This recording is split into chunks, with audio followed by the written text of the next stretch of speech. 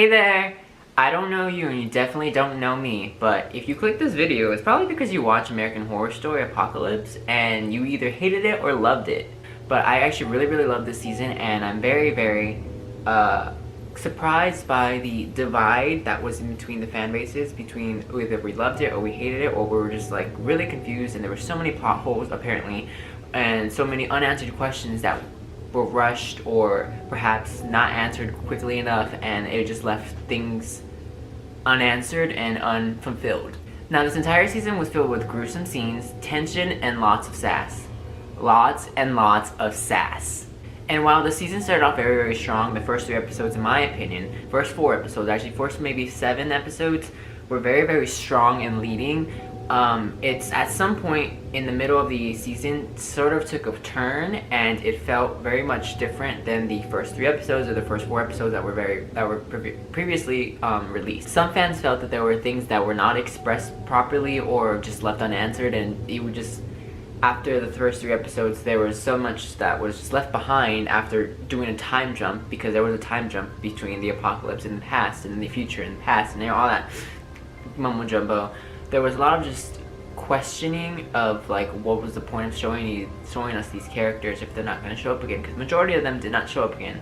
We'll get into that, sweetie. We'll get into that. And I say that because I sat down after the past week, since the season has finished, I sat down and watched every single episode and really paid extra attention as to what was going on, what was being said, and what was being shown to us as a viewer. And trust me, there was a lot of things that just went over our heads and went unnoticed, and after a second view with the third eye, trust me, bitch, there was a lot to, get by.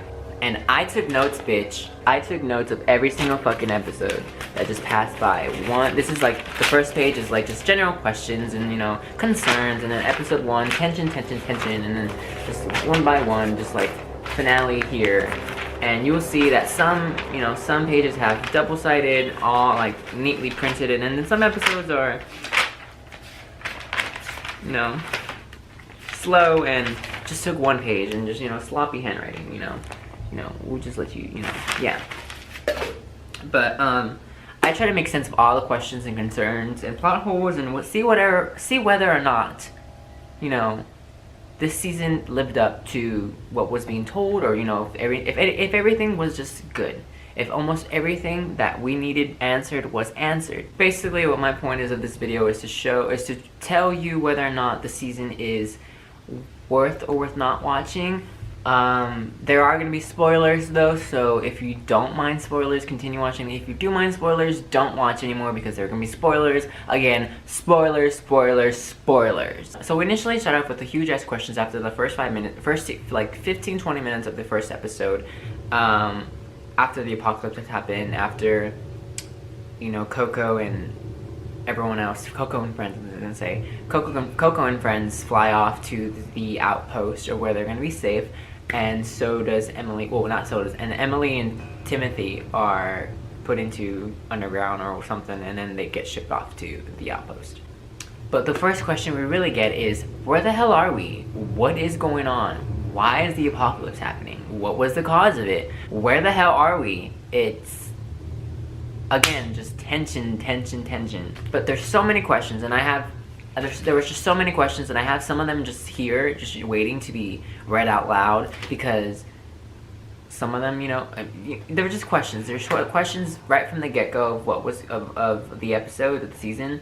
Much like every other season, especially there's just mystery. You don't know what's gonna happen, you don't know what's happening, you don't know what's going, it's confusing. It's a whole mind cluster of just things that don't make sense, but you need them to make sense, and you need the answers right now. But they're not gonna give it to you, honey. They're not gonna give it to you. So like, when Coco and friends were leaving the airport to go to the outpost and get to safety, you're very much like, who the hell was driving that airplane? The pilot died. No one's driving the airplane. It's just moving on its own to safety. How? And then when Miss Mead gets shot, you just get into a whole, like, what in the Westworld is going on here? Like, what is this ooze coming out of her stomach, or whatever the hell it was?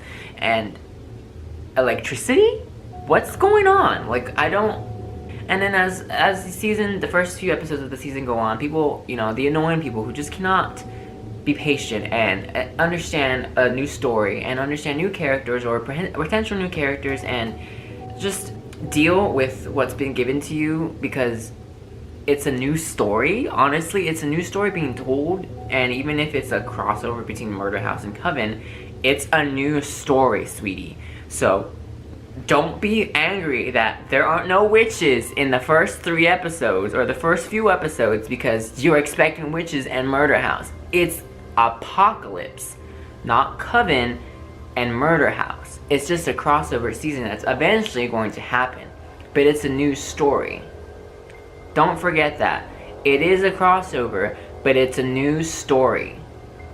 And I think that's also a reason why this season kind of maybe have changed a bit. I'm assuming this season had different intentions and different directions it was going to go because Evan Peters was supposed to direct an episode. He never did this season. Sarah Paulson did for Murder House though, or Return to Murder House. And I'm sure that was scrapped because of the fact that this season was changed into a different direction, and I think that has to do with a lot of the fans and fan speculation and just things that they were unhappy about for no reason, in my opinion, because it's a new story and you shouldn't go into a season expecting your own expectation or trying to confirm your own theories because you're not the writers and you're not the person directing this season or the episodes. You're not in charge. You're not gonna get what you want, and you're never gonna get what you want 100%. Honestly, like, you'll get maybe some, but not all. And if you forgot who Timothy and Emily is, you know, just so you know, don't forget. You know, just gotta keep that in mind. You know, don't forget about them. Maybe you can forget about everyone else, but not them. Just make sure. While there are a lot of questions, I decided I was going to do a quick rundown of every episode of what I believe to be the most important things that happened during the season. Again, spoilers, so don't watch this if you haven't watched it yet. Just spoilers are ahead, and you need to be cautious because I'm not going to be at fault for me ruining your season or this season for you because your dumbass decided to watch it. Alright, so episode 1. Episode 1, I don't remember the title, I'm not gonna look it up, but there was tension. Lots and lots of tension, sweetie. Coco, Mallory, Evie, and Mr. Gallant. That's, Coco, Mallory are the ones stuck in the hairdresser. The hairdresser is Mr. Gallant, and Evie is his grandmother. They get it right to safety, no one is driving the plane. Some pilot dies before he gets on the plane. Plane just starts moving on its own. No one's driving the plane. We don't know who the fuck was driving the plane. Emily and Timothy are wanted because their DNA is very special. Special DNA. What is special DNA? We don't know. But they're wanted. They got picked out through 23andMe. Outpost number 3 is where they're in safety, and it's underground and away from all the toxins out in the world after the apocalypse and everything, the radioactive shit. And it used to be a boys' school.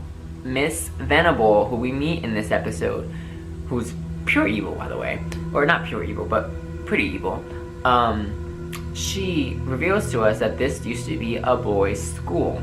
The outpost also is run by Venable, so when we meet her, you meet her because she runs the area, and she basically tells them the rules and rundowns of what to do and what not to do and how to dress and what not to dress, and you know, everyone is put in their own placements. So Greys wear Greys, they're taught to serve people, they're taught to, or not taught to, but they must serve the people, and they're happy serving the people. And then Purples are just royalty, I guess you can say. We also hear about the cooperative, and we don't know what the cooperative is, and there's only just questions as to what the cooperative is. What is the cooperative? Who runs the cooperative? Who's in the cooperative? Is Venable part of the cooperative? We don't know. And also keep in mind that Venable is not a purple. She will never be a purple. But she claims she's higher than that because she's in charge. And then we're introduced to Dinah Stevens and her son and his boyfriend Stu. Boyfriend Stu and son are kind of useless, honestly, throughout the entire season. You don't have to keep them in mind. Keep Dinah Stevens in mind. Everyone living here is basically tortured, and it's all because Venable, she's running the show, and she loves doing it. And then the episode basically ends with just Michael Langdon coming into the outpost somehow, you know, riding through the radioactive air, and just coming into the outpost ready to fuck shit up. Mind you, the first episode and episode 2 and 3, they can be slow, I guess you can say. I think they're more just silent based because tension. Tension is a big thing for these first 3 episodes because you don't know what's happening. You don't know what's gonna go on. It's exciting to anticipate the next move by Michael or anybody in the outpost who's potentially evil, because it kind of feels like as if they're all gonna turn on each other at some point because of the lack of food, the lack of resources, and there's a lot of lack of remorse as well. It's the end of the world and no one knows what's really going on and just being fed little to nothing, and people are breaking down. People are starting to lose their sanity. Episode 2, we find out in this episode that the spawn of Satan is literally among us. He's causing havoc and no one knows exactly what is causing it, but we as viewers know exactly what's going on. Gallant, Mr. Gallant, the hairdresser, Evie, and Dinah's son, they're useless. No one cares about them. No one needs to know about them. There's nothing more to hear about them in this season, so let's just, you know, drop it now. I do think these characters are brought on for the fact to throw you off and to say they're useless. At least maybe at the end, with the end of the season, the way it turned, everything out turned out to be, I believe they were just pretty much useless. I don't know if they had any other intentions for them, you know, later on before changes were made, but they're useless. Let's just get that out of the way. They're useless.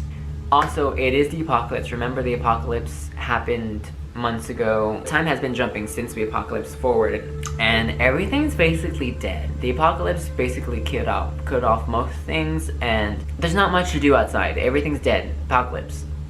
All dead.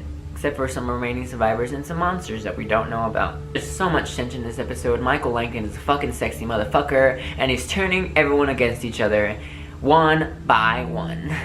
And then throughout this episode, you kind of see Timothy and Emily kind of play the roles of Adam and Eve, and so it's questionable whether or not this is, you know, their fate or someone's pushing them to do this sort of thing. The entire time while they're like exploring or, you know, having the tension of their own relationship on their side, you kind of see Rubberman suit guy above them or just some sort of like devilish symbol near them.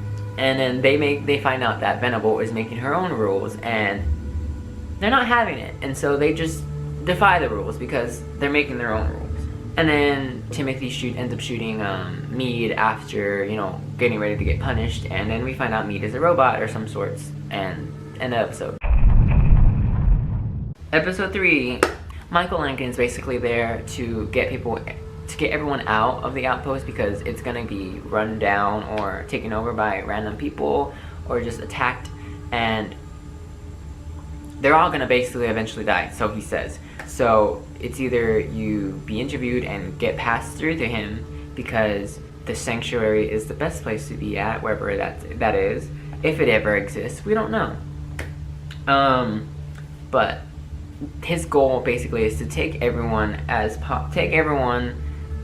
potential candidates that would be the best to lead lead the new world that he's trying to create. And what I believe is that just, you know, to bow down beneath him and accept him as their Lord and Savior, basically. And with these interviews, we find out that Dinah Stevens' son calls her evil. First time, we don't even know who this woman is at this point though, but she's evil. He calls her pure evil, or some sort of pure evil, and that's all we have to keep in mind right now. Like, who is she? And somehow Michael knows her. Michael knows her and recognizes her. She recognizes him. And then we also find out through this, the first few minutes of the episode, is that Mallory is extremely powerful, possibly a witch, and Michael was frightened because she's powerful. She doesn't know she's powerful, which makes it even scarier for her. She doesn't know she's powerful. She doesn't know what's going on. She just feels something inside of her ready to just creep out. And it does. It scares him off for a bit. We also find out that Brock survives. I didn't mention him, but Brock is Coco's boyfriend who dies in the first episode after the apocalypse hits.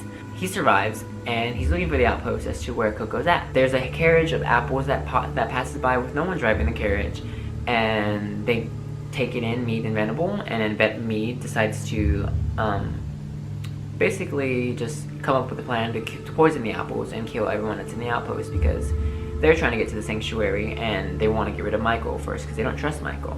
So kill everyone, kill Michael, then get to the sanctuary. This is basically how Brock also gets into the outpost, because no one was driving that carriage, and so he like hid underneath it, kills someone to get inside, and gets inside.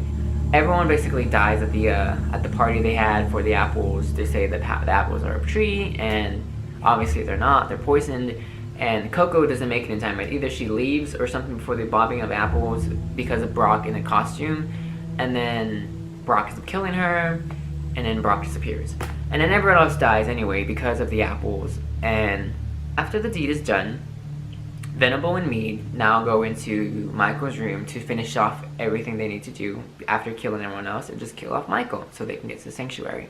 This is where things start to take a turn, and we find out that Michael was actually in control of Mead the entire time. And the reason why Mead had the idea, mind you, Mead is a robot, Mead had the idea to poison everyone is because of Michael. And she's under Michael's control. So while pointing the gun at Michael, she starts turning the gun towards Venable, unknowingly why, and then just shoots Venable. And Venable's dead.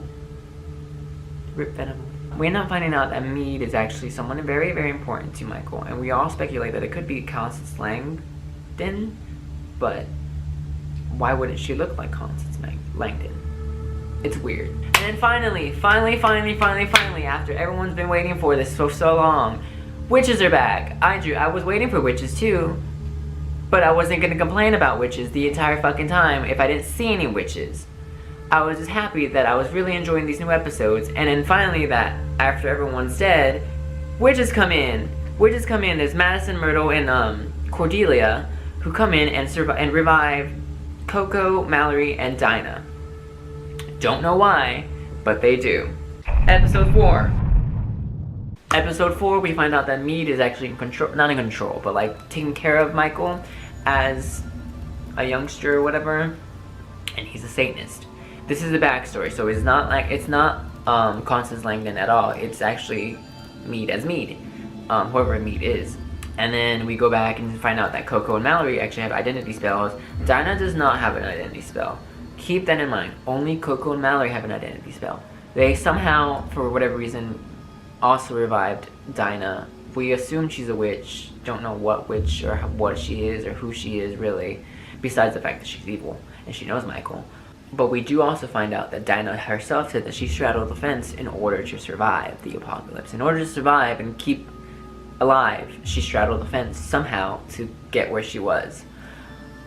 And then we time jump, and then we find out, well, we get confirmation of what exactly the outpost was, and it was a warlock boys' school. So it was a boys' school for warlocks. And they're very, very, very not powerful whatsoever. They're very beneath the witches in power. And in this episode, we basically find out that the warlocks try to like take Michael in as a warlock, even though he's not a warlock. We can see in the episode that he's pure evil and has evil intentions and kills very, very many people that he shouldn't have killed because of his evil intentions that he can't really run away from. It seems that he tries to be a good person, but he's actually really not a good person deep inside. And then we also find out Mallory was a part of the Witch Academy, Miss Robichaux's Academy for Extraordinary Women, or I forgot what it's called, Extraordinary Girls. I'm not trying to slur my words, but it's kind of slurring out right now. But we find out that she was a witch there, and she was very powerful. Actually, she's not very powerful, but she has power that no one's ever really seen before when it comes to reviving a rose or some sort, and then the rose petals fall, and then come to life as butterflies, and then back to just normal petals, falling off petals. But you know, something that's never, like, it's weird, but it's cool at the same time.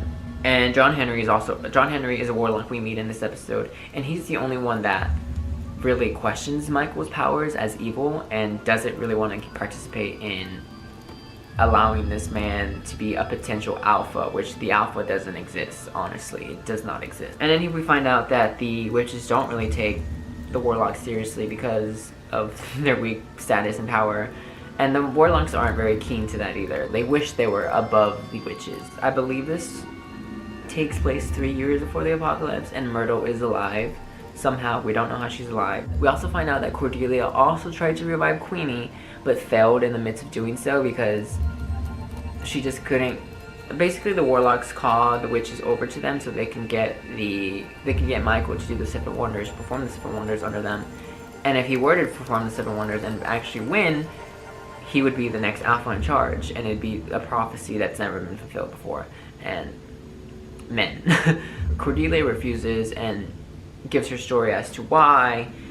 And then in the midst of it, Michael's having like a vision and starts drawing the Hotel Cortez, visits there, gets Queenie out on his own, just nonchalantly, and then goes for Madison in hell and gets Madison out of hell just to prove a point to Cordelia that he is ready to take this test. Episode 5, Cordelia has a vision of the end of the world, and she tells everyone, and she's like, we need to do something about this.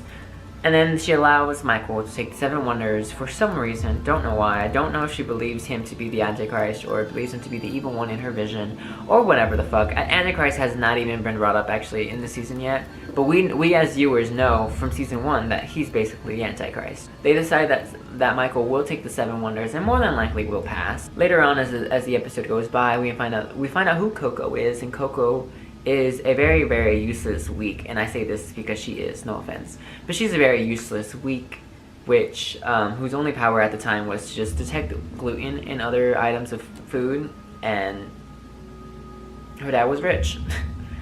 Mind you, if she had an identity spell at some point and her dad's rich, it explains a few things as to why perhaps she got into the outpost. It doesn't explain the identity spell of any sort, but it explains a bit of why perhaps she was allowed a spot into the outpost. We also find out that this is how Mallory and Coco are introduced, and Mallory actually helps Coco to her best ability to do better with her powers and just to show her around in school and be friends with her. Michael pretty much is satanic or satanic to a sense. He must not mention his father, and we don't know what we mean by his father, whether that's Tate or the actual devil himself.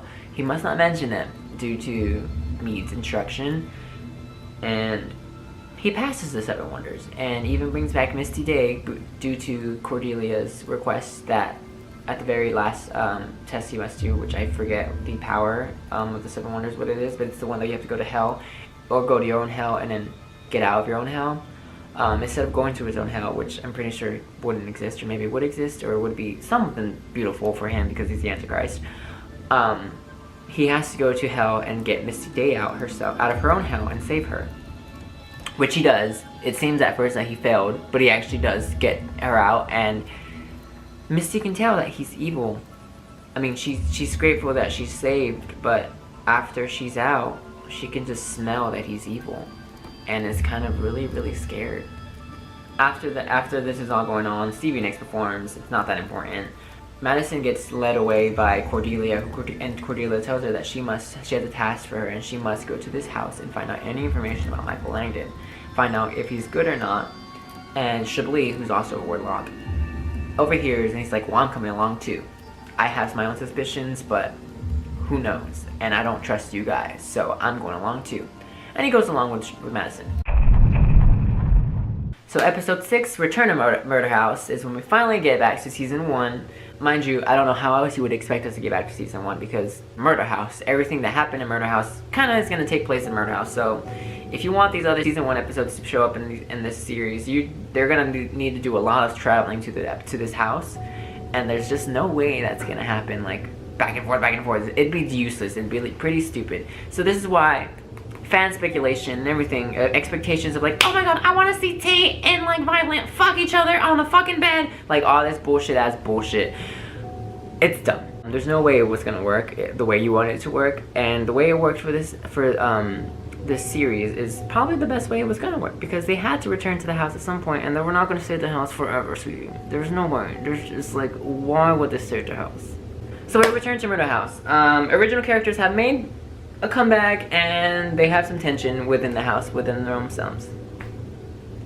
And then Miss Lang, Miss Bitch, she returns! Constance Langdon. Oh my god, I love her. Constance Langdon.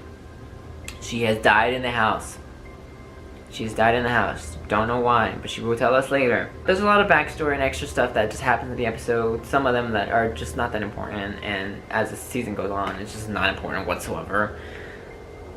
But there's constant reveals that Michael is evil and he's of Satan and Antichrist in this episode. This episode in general just kind of confirms to everyone that Michael is the Antichrist. He's the Antichrist, and there's nothing else. There's no argument to that. He's been questionably evil ever since he was little. He would kill animals and then eventually some sitters. And then one night he just randomly aged up several years older into the very, very, very gorgeous man Cody Firm is. And Constance is just like, what the hell? So she calls a priest to try to like cleanse things, and Michael ends up killing the priest, and then she goes mad, and then, well, not mad, but then she's just like, she can't handle this anymore. Mind you, she had grown like a really, really extravagant rose garden outside, but underneath all those roses were dead animals or people. So she can't handle it anymore. She doesn't want to die by the hands of another man, or even Michael, to give him satisfaction at least, and she goes and kills herself on her own terms by overdose in the murder house, and she refuses to see Michael ever again, and that's that. Then we see Ben Harmon after that try to help Michael, who sees his dead grandmother in the house, and tries to help him by doing basically almost, I believe the same thing he did with Tate, was just doing therapy and trying to be a good father figure to him. It's, you know, not that he tried to be a good father figure to Tate, but he kind of knows that Michael is his son, so he tries to be a good father figure and help him out as a therapist as well, to just help him be good and not and be steered away from evil. However, he learns that there's no way he can change Michael, and Michael is who he is, and Michael will be evil for the rest of his life. In this episode also as well, we do see that Michael is very childlike. Even if he's an older man, the mindset he has in there is still very, very, very little kiddish, because he randomly just aged up several years. So he's still a little kid. But the devil was onto something, and it's doing its own work to try, and the devil was trying to get shit done right away. So Ben Harmon just notices he cannot help him, so he disappears and is like, screw you, I'm not doing this. And then the Satanists come in. When I say Satanists, I mean Mead. Mead comes in with two other people I don't remember, and they do a human sacrifice and give Michael the heart to eat. And when Michael eats the heart, there's a big shadow behind him of like a devilish symbol. I'm gonna take a guess and say, well, it's probably not Baphomet at all, but it reminds me of Baphomet. He's the Antichrist. What else did it say besides that? Like, he's the Antichrist. There's no way anybody who would have bit that heart willingly would have had that same symbolism come behind them. So Vivian, his mother, tries to kill him because of this, and she senses evil. She fails though, and Michael tries to set her on fire, but Tate saves her, and then Michael's never seen again after that, honestly. And this is where I believe Mead ends up taking Michael in and raises him as her own. So that's basically the end of Return to Murder House. It was a really good episode if you want to watch that. It's very, very heartwarming and it's a good return to the house. Episode 7. Episode 7 is called Traitor. I only know this because I started writing them down eventually in my notes about the episode names. Traitor. Here we get introduced, well, not introduced to Dinah Stevens, but we get introduced to Dinah Stevens in the past, and we find out that she's the new voodoo queen, and she's not as great as Marie Laveau. I never really saw Marie Laveau as having evil intentions. I don't know. Marie Laveau loved her people. She had a little tribe of people. She minded her business a lot, and she never really did things for money or greed. She just had to sacrifice a baby, a newborn baby, every year for her, for her immortality, basically. Besides that fatal flaw, Marie Laveau didn't seem that evil to me.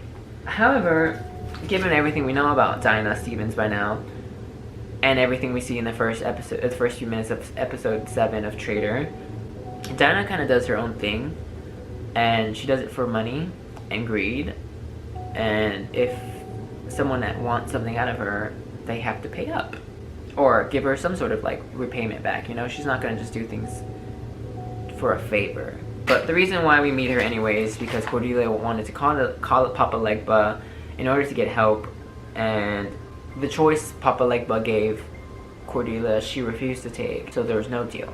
So we get to meet Bubbles McGee in this episode as well. Bubbles McGee is a witch, an older witch, has history with Myrtle, and she is played by the same actress that plays Evie. I used to think they were probably the same character, but they're not the same character at all. And she can read minds, and basically they use her to get to the warlocks and read their minds and make sure that they have good intentions, which we know they don't. And they find out that they ended up killing one of their own, which was John Henry. So they find that out, and then they find out who Mead is, I believe, and they eventually take Mead and the warlocks to the stake and burn them alive. Also in this episode, we find out that Coco can now just read all the calories of every food that she sees. It does take a toll on her, but she can read the calories now. It's not just gluten. She can read how many calories are in each dish, I guess you can say. In the midst of like training and all that and proving herself to the other witches, she ends up like choking on a pastry and then dies. And then Mallory somehow just undoes that by opening her neck, taking out, which is gross, taking out the pastry out of her neck, then closing up the wound as if it never happened. No scars, nothing whatsoever, just perform surgery somehow. And then she comes back to life again. A power we've never seen before, and a force we've never seen before. So it's very questionable as to what's going on, and it's just like, what is Mallory? The witches bring back John Henry. So John Henry knows where Mead is at, or knows who Mead is, and he helps them find them, or find her. And then they take Ariel, Baldwin, and Mead into the stake and then burn them on fire. John Henry does that though, because it's a tradition that only warlocks can kill or can set fire to other warlocks.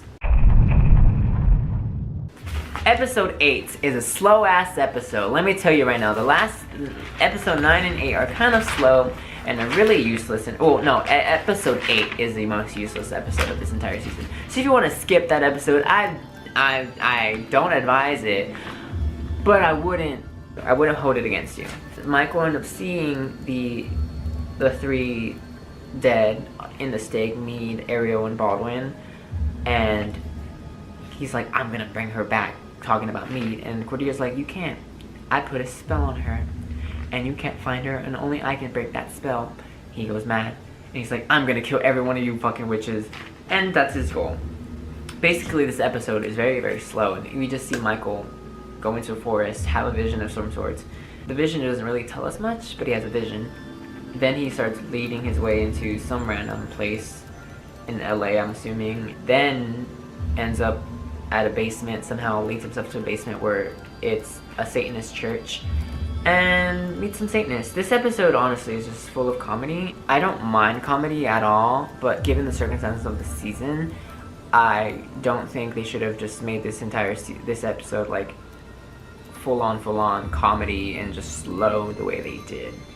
They could have combined episode 9 and 8 together into one episode, honestly, but they didn't. And each episode, those two episodes are about like 39 minutes each, or 39 minutes each, so I don't know. It could have been drawn out better. But we meet Satanist, and then he meets a new woman, and woman takes him to Silicon Valley. And they all know he's the Antichrist though now at this point, and they're just really excited. She takes him to Silicon Valley, and the Silicon Valley scientist dudes there that are also more comedic relief, tell him that they can build him whatever they need, and they build him a new Mead, the Mead robot, and that's how Mead's brought up into this situation. She's enhanced. She has guns now. She has an arm for a gun, fully loaded. Episode 9. Episode 9, we get introduced to the Cooperative. What is the Cooperative? We find out the Cooperative is the Illuminati. Are we surprised? Kind of. Not that much. If you combine the Illuminati and Michael, it's like, makes sense at this point. Oh, forgot to mention, we actually do meet Venable in episode 8. Venable was working for these Silicon Valley guys, and she wears a lot of purple. So you can kind of tell in episode 8 that Venable wants control, and she wants power. But because of her position, she's not in control. She doesn't have the power that she wants. And in episode 9, we see that Cordelia tries to protect herself. She knows Michael's coming, and she tries to protect herself and her girls in the house or in the academy by putting an aura spell over it so that no one can break in. And this is where we see that Dinah Dinah Stevens is the one who breaks that with her own voodoo magic and allows Michael in, and Michael kills almost every single witch except for Myrtle, Madison, Coco, Mallory, and Cordelia. And this is how Dinah Stevens gets greenlit for her show. In the first few episodes, we find out that Dinah Stevens is kind of like an Oprah character. This is how she gets that. She gets her own TV show because she helps Michael and the devil basically kill all the witches. I think it's her form of selling her soul to the devil. However, by the time Michael and Meade get up to the stairs to see or to finish the job, we find out that they're gone and he was too late. Back to the cooperative, we find out that the cooperative, well, we know the cooperative is basically the Illuminati, and everyone inside the cooperative has sold themselves to the devil and they control the world. We also find out that after their death, Cordelia cannot bring back the other witches back to life, and that's more than likely because Michael has the ability to just basically erase your soul after he's killed you and make you as if you never existed. We also find out that throughout this, we see little glimpses throughout the entire season that Mallory has power that we do not know is. She brings back a deer back to life, back into its like a little doe. It's like dead, and then it's an adult dead deer, and she brings it back to life. Eventually it turned into a deer and then back into a little fawn or doe, I forget what they're called, as babies. We suspect that Mallory is the next Supreme. They suspect that Mallory is the next Supreme. She does perform the 7 Wonders and passes. It's up to them and her to see if they can time travel back because of what her powers seem to do. Time travel back to an unknown time, you know, underneath Michael's nose so that they don't detect anything suspicious. And try to change the reality of the past and see if they can use the power for the future, or to stop Michael in the past. Mallory fails and doesn't die. Every person that's done this power before has always died in the midst of doing so. So we find out that she doesn't die, so that means she's powerful enough to do it again and to probably succeed next time. The two guys that are the scientist guys in Silicon Valley, they introduce the cooperative to Venable, and they say that there's going to be the end of the world. The end of the world is coming really soon in the next 1 or 2 years, and that they'll allow her to have a position in the outpost, or one of the outposts, to make her own rules and control how she wants, because they feel bad for the way they treat her, or they feel bad that they don't give her the opportunity that she seeks for, as she was soon to be quitting the position that she was under with them. This is where we find out that she was told that she can do whatever she wants and run it however she wants. And then we get to find out that Michael is still very much a kid, and I say this because he's very doubtful of his own power and himself, and has Meade help him, I guess, lead him into the right path, I guess you can say. Meade is sort of controlled by the other two guys. I don't believe that Meade is controlled by them 24/7. I just believe they have the power to control Meade every now and then to their will. And Meade is actually the one that convinces Michael to go back to them, so that way they can introduce the cooperative to him and use the cooperative to their advantage. It's smart for them to introduce the cooperative to him anyways, because they're sold to the devil, and the devil was his father. Literally. He meets up with the cooperative, and in doing so, he ends up telling them the master plan, and how they're going to survive, and how they're all going to partake in helping the very few that are able to survive. Episode 10, the season finale. There's so much that happens in this episode. We see Bad Bitch Myrtle. Myrtle has been one of the strongest forces in this season. All props to Frances Conroy. Frances Conroy has been amazing this entire season, and I just applaud her for everything she's done so far. She goes into Silicon Valley and confronts the men. She tells Venable she ain't shit. Purple is for royalty. You ain't it. Finds Outpost 3, and I think overhears that Meade's going to be in Outpost 3 for whatever reason, and tries to get Coco, or forces Coco a spot in it by using magic to get the guys to open a spot for them, and eventually killing them. She misses the very fact that one of the first names in the outpost was D. Stevens, and that means Dinah Stevens. And then we see Cordelia put on the identity spell on Coco and Mallory, and we find out Coco's personality is sort of based around Madison's. But this entire season, honestly, was a really big redemption for Madison. So even if Madison is seen as heartless and a stone cold bitch, I've always loved Madison as a character. and I've always known that she had a softer side to herself that wasn't always shown. There's a really big redemption for her. So then they get the identity spell on them, and they have a total different personality. Madison drops them off as an Uber to the hairdresser where they first meet Gallant, and that's actually probably the first time, more than likely, that Coco meets Brock at the hairdresser, and then that's when they begin dating. After dropping off Coco and Mallory to wherever they need to be, Madison sees a billboard on a bus that shows Dinah Stevens and Dinah Stevens' talk show, and things click. She's like, why would this woman have a talk show? There's no other way this woman would have a talk show unless she sold her soul to the devil. Goes to the remaining witches, which is Myrtle and Cordelia, and it's like, I need permission to kill a witch. Let's kill this bitch. Cordelia's like, no. We will be smart about this. We will get her. She'll get hers when she gets hers.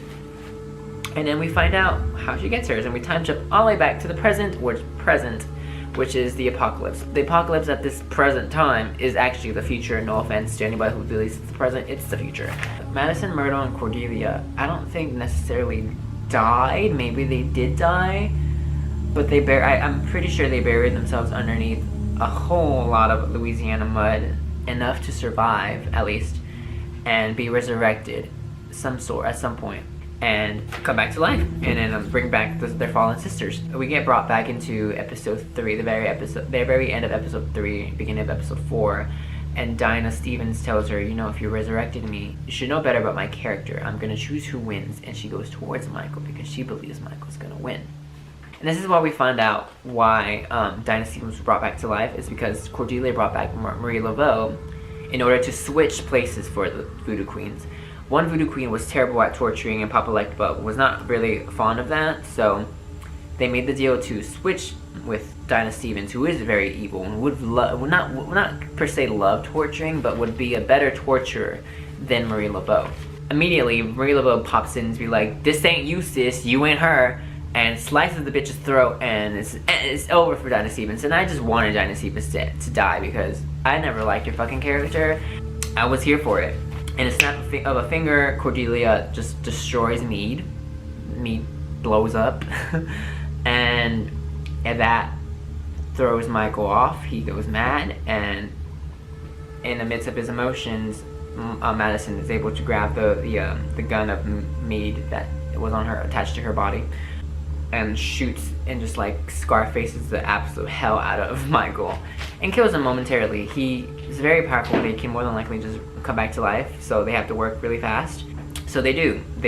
Madison's gonna hold him off for a bit, and they try to run up to a bathtub as soon as possible to perform that power to go back in time and save the world. In the midst of doing that, Brock comes back. Don't forget about that. We didn't forget about Brock, sweetie. And stabs Mallory. Stabs Mallory right in the gut, and she's like, whoa. And mind you, Mallory just came back to life, so there's a lot just going on right now. There's so much, again, back to just tension. We're just like, come on, please, fight. We don't want Michael to win. And mind you, we don't want Michael to win, but like, if it happens, you know, it'd be like, well, evil is always, you know, it's never, evil never stops. Brock comes back, stabs Mallory. They're going mad. Myrtle goes mad. Myrtle goes bad, and she's like, how dare you? And then just sets him on fire. Thank God, he deserved it. That distracts Madison. She turns around and is like, what the hell's going on? As that's happening, Michael comes back to life. He's very fucking powerful. Instead of using their powers, I don't understand why, or she didn't. I guess at least Madison didn't, because she's a very powerful witch. But she's ready to face him again, and as she's getting ready to do so, he just blows her head off. Like, snaps, head's gone, blow up, dead, back to retail. So Marie Laveau tries to hold him off as much as he can. She's been just brought back to life into the series and immediately dies afterwards. He stabs her, breaks her voodoo barrier, which didn't work to begin with. Stabs her into the gut and like starts to pull her heart out. Coco tries to stop him with a knife, and that fails too. He pulls the heart out. Marie Laveau dies. He bites into the heart. Coco is in shock. And then he snaps Coco's neck. I believe the eating of the heart basically gives him more power. Like, it's kind of like the sacrifice they did in the murder house, but I'm not too sure, honestly. And then the bathtub time travel power isn't working because Mallory isn't powerful enough, and she's dying. They're at their wits' end, and Cordelia's like, I know what I have to do. So she faces Michael and talks to him, as she's certain of what she has to do. She tells Michael that he's only one person and he's lonely, and he really isn't anything. He's just a sad boy who doesn't have anyone, honestly. Satan has one son, and her sisters are a legion. She stabs herself, falls off the corridor or some steps or whatever, you know, she throws herself to her death, basically. She makes sure she dies instantly. She does this for Mallory's sake, and so Mallory can reign as the next Supreme and do what she has to do to save the world. So we get thrown back to the scene where Michael kills the priest, and Constance confronts Michael, and she's at her wit's end. She can't do anything anymore. She throws him out. Michael grabs her for a chokehold, and we believe he's gonna kill her, but he doesn't. He lets go, and she's like, "You're a coward. You can't do this." But I think she knows that Michael's eventually going to become strong enough to do so, I guess. So that's why she decides to kill herself after this. But Michael runs out of the house because he's been thrown out and ran away. And as he's running out of the house, he gets run over by a car, which we find out Mallory is driving. And Mallory backs up and then looks directly at Constance, who sees what's going on, and she's like, yeah. And then like goes over him once again and then drives off. I believe it was just one, two, one. Like one hit back, but you know, and then left. I believe the reason why they did this is because it was 2015 or 2014, one of those 2 years. And if they're going back in time, that means Cordelia is still the Supreme Witch. She's the Supreme. And Mallory's probably a weaker witch at this point, and she probably doesn't have the powers or the powerful powers that she needs to have in order to stop Michael. Mind you, Michael is also very weak at this point too. He doesn't really know of his powers or of who he is, so that could also be the reason why. But it's also a throwback to the way Addie died in season 1, which is Constance's daughter that was alive in season 1 with Down syndrome. She was killed by a car accident, and I believe the way they were both laying on the floor dead after they died was also the same pose. You can see the contrast of how Constance was ready and willing to try to take Addie to the house to survive, and so she can live with her children forever and ever, or at least somewhat live with them forever and ever, or see them every day as she wanted to. But Addie was glad she did it, and she wasn't in time, and Michael was also begging her to take her to the house this time, and Constance was like, go to hell. She knows, it for a second you kind of could tell that she was like thinking about it, because she's like distraught of what was going on, but she knows that's not her grandson. She knows that's pure evil living inside of him, and she refused and left him there to die. And with that, evil has been diminished, stopped, and the world is saved. And thank God. There's so much tension going on with this episode, especially with the last few minutes of Michael's coming. The fight could have been better. Mind you, there could have been more witchcraft going on there, but I do believe with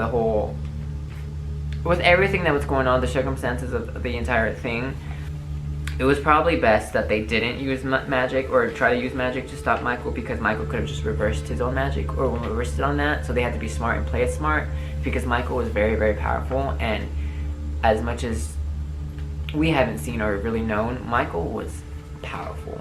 But with everything saved, everything else was also reversed. And this is why I say episode 6 was useless, because with this outcome, nothing in episode 6 really happened. Constance isn't dead. Ben never met Michael, so that means Vivian and Michael never really separated or got mad at each other for it. Tate never saved Vivian, and Tate and Violet are probably still not talking to each other for good reason. And I say this because Madison doesn't really know Tate and the backstory. She only knows, something. She didn't experience any of that going in the house, so she can say whatever she wants about Tate in the house, kind of like making him evil, but she doesn't know what really happened. So in my opinion, it was probably best that Tate and Violet don't make up, because Tate did a lot of bad shit, and I don't care about your guys' fan fictions and shit. With this said, when I say that everything's been reversed, Myrtle's not back, Madison's not back, Queenie's saved, sort of, by Mallory. She knows that Queenie should not go to that hotel, so she kind of like tells her, oh, you should go somewhere else because of traffic and everything. She's like, okay, you're right. So Queenie assumingly does not go to the Hotel Cortez because of that. But we do get back Misty Day because of Mallory's good deed. Nan brings back Misty Day to them as a gift because Mallory has street cred from the Gates of Hell and stuff like that for killing the spawn of Satan. And I believe she plans to bring back Madison at some point because I believe she plans on bringing her back, but she's like, she can sit there a little longer. You know, it's funny. And that's basically a good ending for the Coven and Murder House in my opinion. But like I said, let's not forget the Adam and Eve imagery that was Timothy and Emily. Everyone else was useless except for Timothy and Emily. Special DNA, don't remember what it is, don't know what it is, but we get a clue at the very last like 10 minutes of this episode, the finale. Timothy and Emily meet at a protest. Emily's protesting and then Timothy bought coffee. And then they meet and then they like go on a date and then like it's fate. Basically it's fate. They were bound to meet somehow. And they were bound to procreate as in Adam and Eve. They have a lot of issue as parents. He cries a lot. He's very, very much a handful. And I think we start to see glimpses of just like similar things that was happening to Michael. At some point at the very last scene, we see a spiral of death crows just circling the house in an orange purple haze and on the sky. And then we walk in somewhat sort of similar to how Constance walked into her home in season 1 finale. Emily and Timothy basically find their son with blood on him after he killed their sitter. Then we see that Mead and the other Satanists come in and they're like, we've been waiting for this, guys. We've been waiting for this all our life. So the apocalypse is probably gonna happen again, honestly. So evil never stops. So it's a good ending. It's an ending just like evil never stops. It's always working. And we're back, bitch. So with that being said, with the season being basically done, we have some questions that were never answered. I believe with what I just read to you guys though, that almost everything was answered and there was nothing really left behind. You guys can go ahead and, you know, write down in the comment section if you guys watch this video and tell me what, you know, what you guys didn't like or what you guys didn't get answered or what I probably missed. But I think for the most part everything's been answered, whether or not it was rushed in your opinion or not. People really wanted Emily and Timothy to be related to Kit Walker in some sort of way and be related to the aliens, and that's what they wanted the special DNA to be, but I believe the special DNA was just a backup plan. We never understood why Silicon Valley, why did the two men be brought into it? And again, like episode 9 and 8 could have just been one episode, and then episode 9 could have been like something else. People wanted us to explore the apocalypse a little more, and I can understand that, but it's the apocalypse. Everything's dead. It's the end of the world. So what really did you want to explore? Did you want to go outside and just suit in like radioactive protective suits and just, you know, see monsters that could potentially kill you? Is that, I don't know if that's what you wanted to see, because that's basically all that would have been. I would have liked to have seen a monster though, because in episode 1 you just see the glimpse of a horse being dragged away from a monster, presumably a monster, but we don't actually see any monsters. So I would have I would have minded to see one at least. In my opinion, there's no point of exploring the apocalypse. We never got to understand who was driving the plane. That was never answered. And I don't think they plan on answering that, so that's a big plot hole. How the hell did they get to where they were going if no one was driving the plane? You can say witchcraft, but like Coco and Mallory, well, Coco first of all is a weak-ass witch for one, so that's not true. And then Mallory didn't know she was the next Supreme, and she didn't know of her powers because she was being brought down by Coco the entire time, purposely. So, who was driving the plane? I don't know. We also don't know who was in the rubber suit during the first 3 episodes of the apocalypse. I think it's just symbolism or devil symbolism to be like the devil's among us. I think that's all it was. This basically is just a full review and rundown of the season, and I really enjoyed the season and I really enjoyed what they had to offer. Some things could have been handled better, and you know, not everything's perfect, but I genuinely do believe this season was great. My review of this season, I'll give it an 8.5 or an 8 probably. I was very satisfied with the outcome. I went into the season without any expectations and just going blindly, I guess you can say.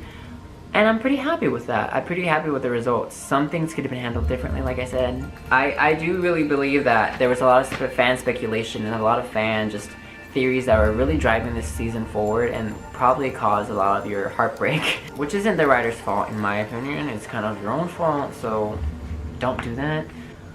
I don't know though, but I mean, again, I think everything was answered pretty much well except for the few things that didn't make sense, that just went over our head. Well, not went over our heads, but just went over the writers' heads and just they refused to go back into it. If you have any questions though, please leave a like, leave a comment, let me know what your questions are. If you watch this video, thank you so much. I really did try my best and work as much as I could to get everything done for this season, and yeah. Thank you so much for watching. I love you guys, and subscribe if you want. Thank you. Bye.